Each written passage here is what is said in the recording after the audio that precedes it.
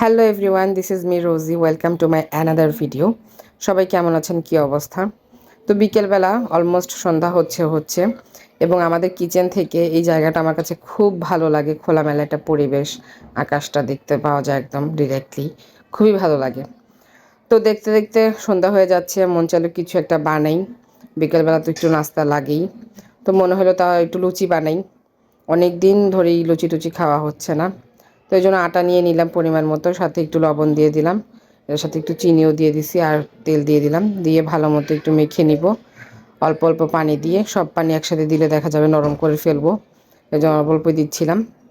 তো এটা মাখা হয়ে গেলে একটু হালকা উপর দিয়ে আবার তেল দিয়ে তারপর এটা রেস্টে রেখে দিব। ততক্ষণে আমি আলু পেঁয়াজ কেটে নিব, কারণ ভাবছি শুধু লুচি তো আর খাওয়া যাবে না, তাহলে একটু আলুর দম বানাই। আমার কাছে যদিও ছোট ছোট আলুগুলো ছিল না, এই জন্য বড় আলু নিয়েছি, এটাকে আমি ছোট ছোট করে কেটে নিব কিউব করে।